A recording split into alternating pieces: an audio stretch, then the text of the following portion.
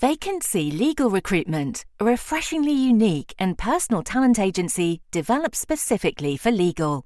Dedicated to the sector and with extensive experience working across legal services and legal technology, we bridge the gap between your requirements and top-tier legal talent. Get in touch today and say hello at vacancy.co.uk.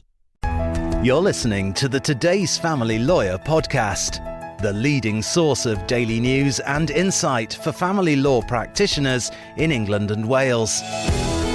Sign up to our free weekly newsletter at todaysfamilylawyer.co.uk and subscribe to hear all the latest news and views from across the family law sector. You can also follow us on LinkedIn and Twitter. Hello, welcome along to the latest Today's Family Lawyer podcast. Today we're talking about hair strand testing in the family courts. We've got James Nutt with us, Laboratory Operations Manager at Cansford Labs.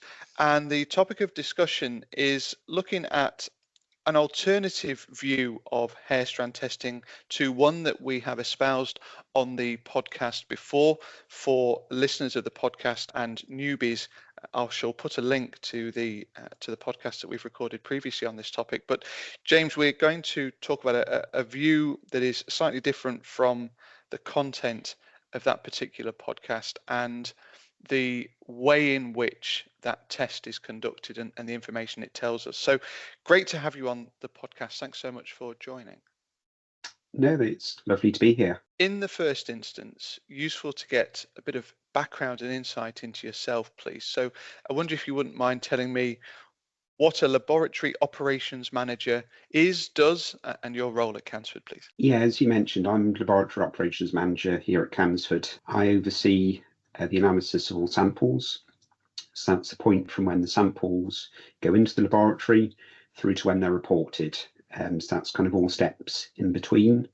So that's the hair preparation stage, the extraction of drugs or alcohol markers from the hair matrix, the processing of those samples, and then the reporting of those, whether it be a witness statement for court purposes or just a certificate of analysis. Let's dive right into the content for today then. So in a previous podcast, we've talked about hair strand testing and the value that it has in family courts, and that's not up for debate. That's not a point of discussion today. The point of discussion is about some of that process of the testing and what it tells us. And in particular, we're talking about cutoff levels. Now, I'm a complete layperson when it comes to this, James. So perhaps in the first instance, you can articulate the debate here. What is meant by cutoff levels?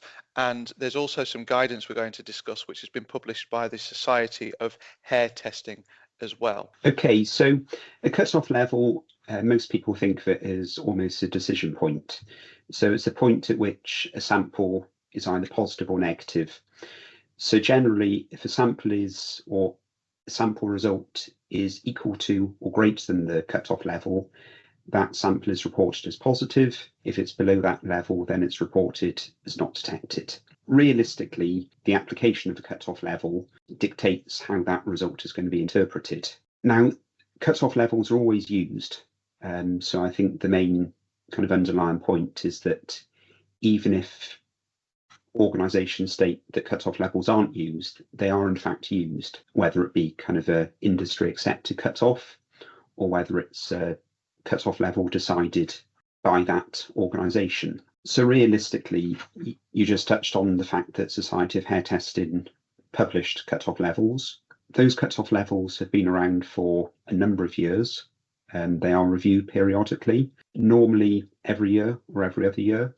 The members of the Society of Hair Testing meet at a conference, and that's held by different institutions throughout the world. Normally every 2 years, those guidelines are discussed, and if there needs to be changes to those cutoff levels, then those can be proposed. But generally, most laboratories follow those cutoff levels. There are some indications not to follow them.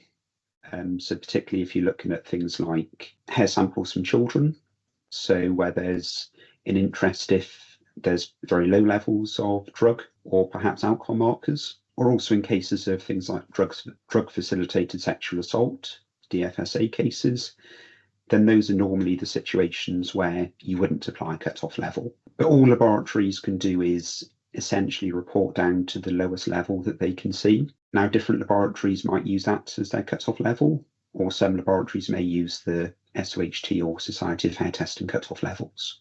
I think this is something that's really worth drilling into, because the bottom line here is that hair testing or testing of any description is not a silver bullet as far as I understand it. We have to get away from this idea that there's a line in the sand, a cut-off level, as you say. Above that line, you're positive, and below that line, you're negative, for the sake of argument. But the courts have got to use that data in the round, haven't they? They've got to look at it and say, okay, what does this mean in the context of the whole debate? How do we decide in the first instance what those cut-off levels are? Yeah, and I think that's one of the difficulties we have, really, is that from a laboratory's perspective, it's imperative to have a consistent approach across the industry. So that's where cut-off levels, I suppose, have their primary use. The difficulty is determining those cut-off levels. Cut-off levels proposed by the Society of Hair Testing have been proposed by experts within the field, looking at results in a wide data set.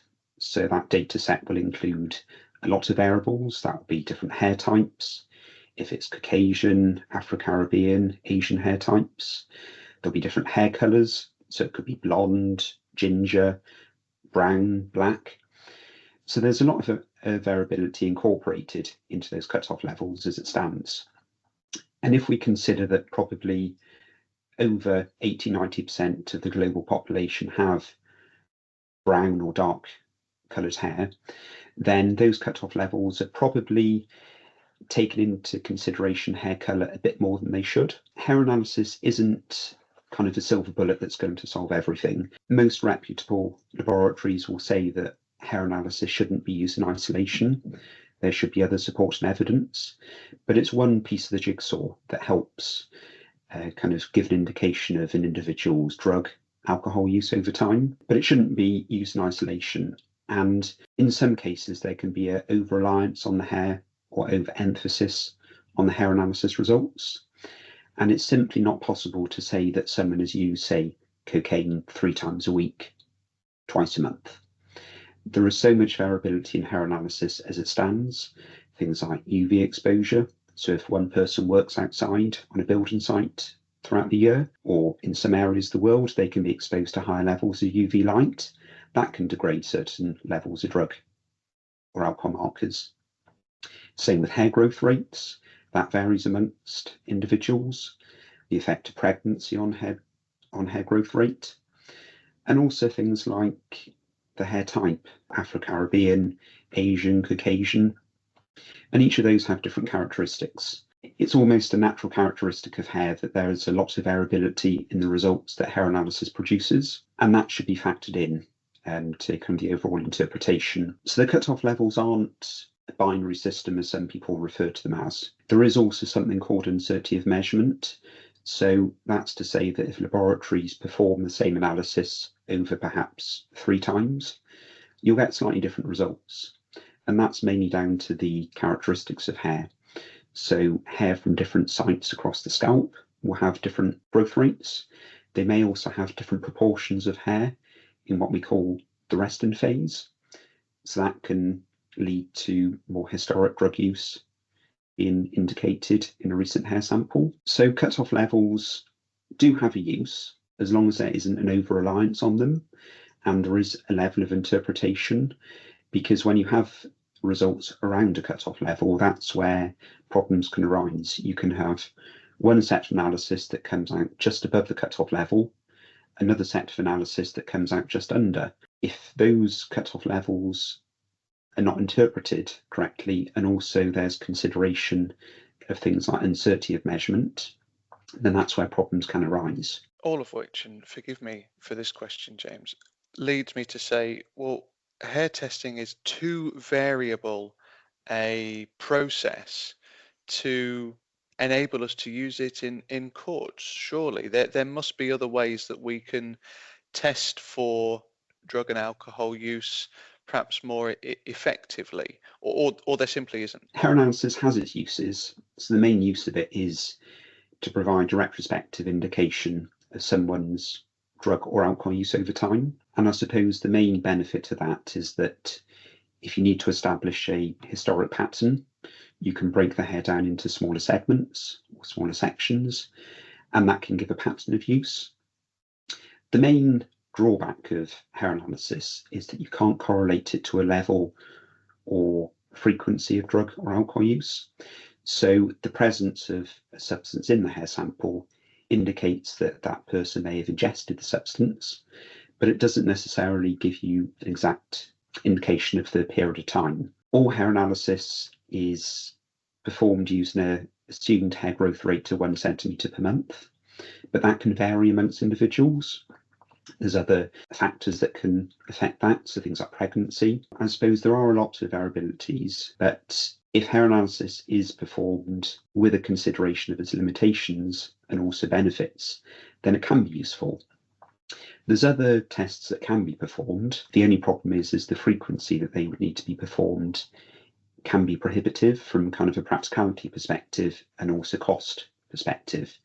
So if you were to consider, say, a urine test, in order to cover a 2-week period, 3 urine samples would probably need to be collected over that time period to represent a 2-week period. If you compare that to a hair test, if you had, say, a 3-month hair test done, you can have it broken down month by month, and that would replace the need for the number of urine tests that would need to be performed. In some situations, I suppose, hair analysis can also be used as an indication of someone's integrity. So if that person has said they've never used drugs, then performing a 3-month hair test retrospectively is quite a nice test to be able to do. Often the opportunity to perform those urine tests has passed. So if someone says, that person had used cocaine over Christmas, well, if that evidence isn't required until January or February, then you've missed a window to use urine testing. There's also things like blood testing, saliva testing, but those cover much shorter windows of detection. I suppose the exception is for alcohol markers. So for blood, you could do something like a PEth test, and that covers about a month period. And that can be quite nice, accompanying test to a hair test for alcohol markers.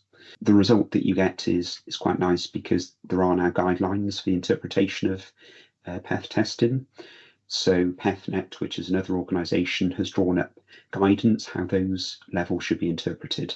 The case that we are alluding to and talking about is a matter in which an individual is in the courts and testing has been done, but the defendant has been successfully able to say that his hair type and the method by which the hair has been treated, and in this particular example, it's been treated with heat, has yielded these markers that indicate that there is some drug use, but he has successfully argued that there isn't.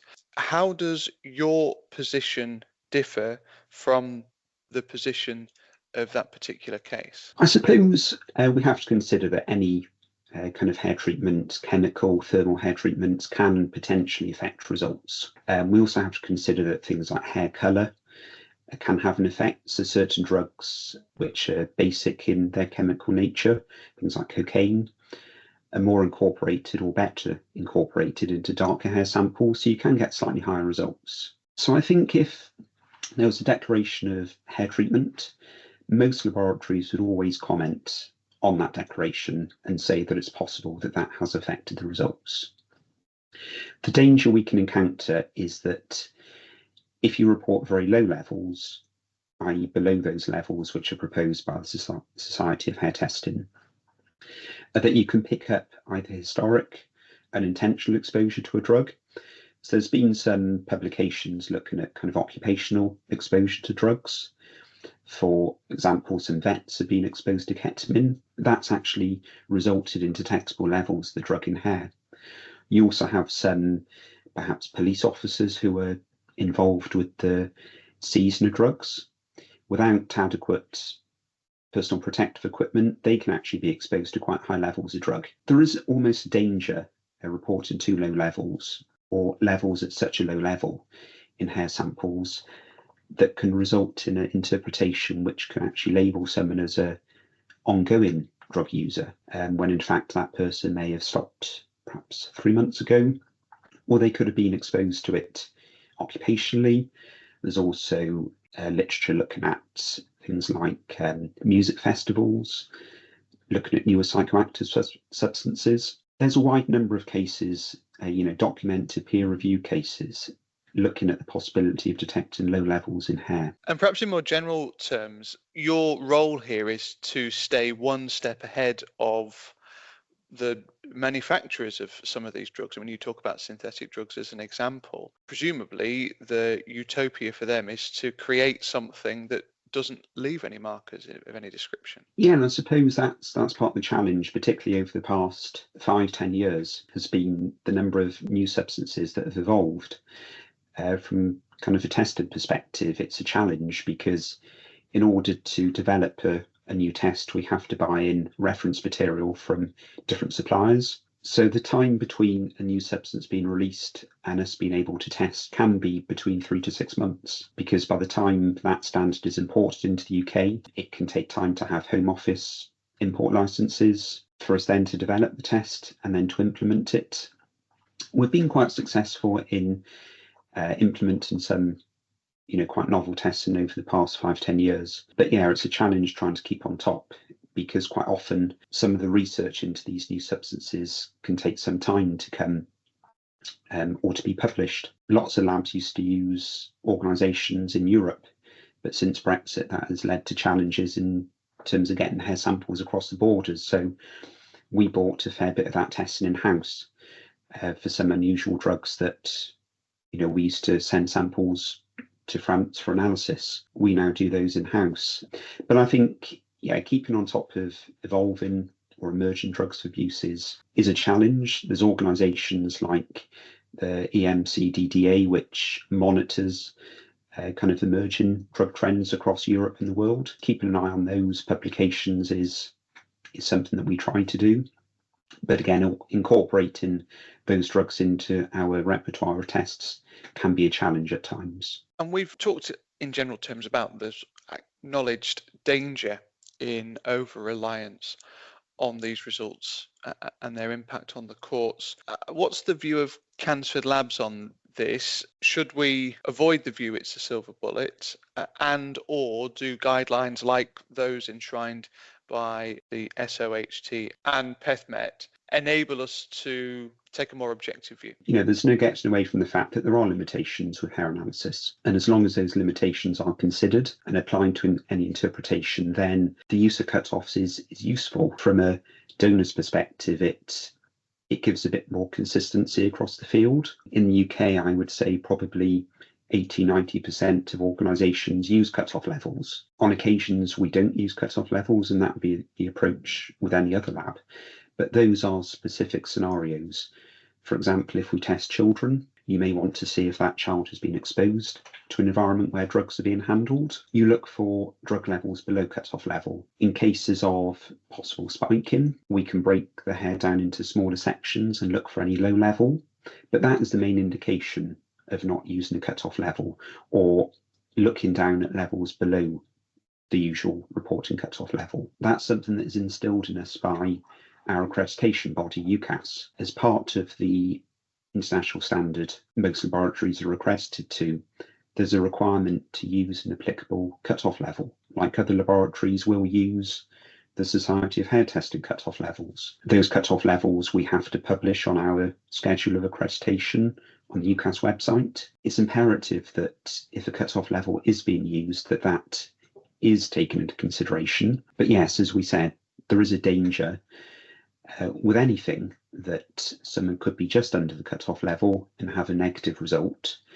But the main aim of having the cut-off levels in place is to demonstrate that there is ongoing use of a drug. There are factors such as hair colour, which we have to consider, because someone with darker hair may have a higher result. The cut-off levels proposed over a wide data set. The vast majority of the population does have darker colour hair, so those cut-off levels probably are biased by that. I suppose there's a possibility that people with lighter coloured hair may yield a lower result, but as I said, there's other factors like UV, chemical hair treatment that can also affect levels of drugs in hair. I've had lots of organisations on the podcast talking to me about different procedures, the equivalent of cut-off levels in their own organisations. But the key here is whether the courts understand this process and or can be educated on it to enable them to make what is ultimately the right decision. I think that's one of the main challenges that we have as testing providers. We're often instructed to undertake hair strand analysis to determine whether someone has used a substance, or to provide comment on whether the individual's declaration is consistent or can be supported by hair analysis results. So there's almost an assumption, I suppose, in some cases where that person has used a drug and the hair analysis is simply there to support that or substantiate that declaration. Now, that's one of the main drawbacks with hair analysis. We can't correlate a level in hair to a specific quantity of drug. All we can do is compare a test result to other positive test results, and that can give an indication whether that result is in the low, medium or high range.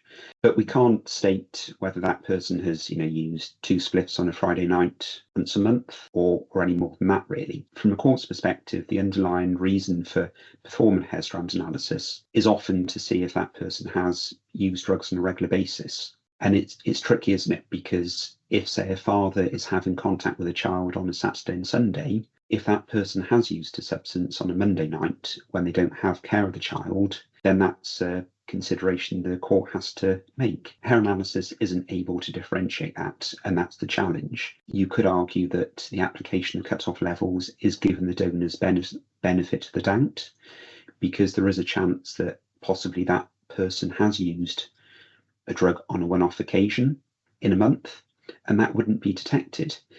But in all honesty, that potentially wouldn't be detected if a much lower cut-off level was used. Equally, you can have the scenario where someone who perhaps handles a lot of cash or works in an environment where potentially drugs are present could produce positive findings in hair analysis if a much lower cut-off level was used. The cut-off level provides almost a safety net and provides some assurance that if a positive finding is detected in a hair sample, that it does indicate ongoing use of a drug, as opposed to perhaps unintentional exposure or one-off use of a drug. There's only so much that we can cover off in a 25-minute discussion on this topic, and I think it's fair to say we've kind of dived into some really interesting points there, James, and I really appreciate you joining the discussion. The big takeaway from my point of view is that education piece, not just with practitioners, because they need to understand what these cut-off levels mean and how we interpret and use them, but also the courts as well.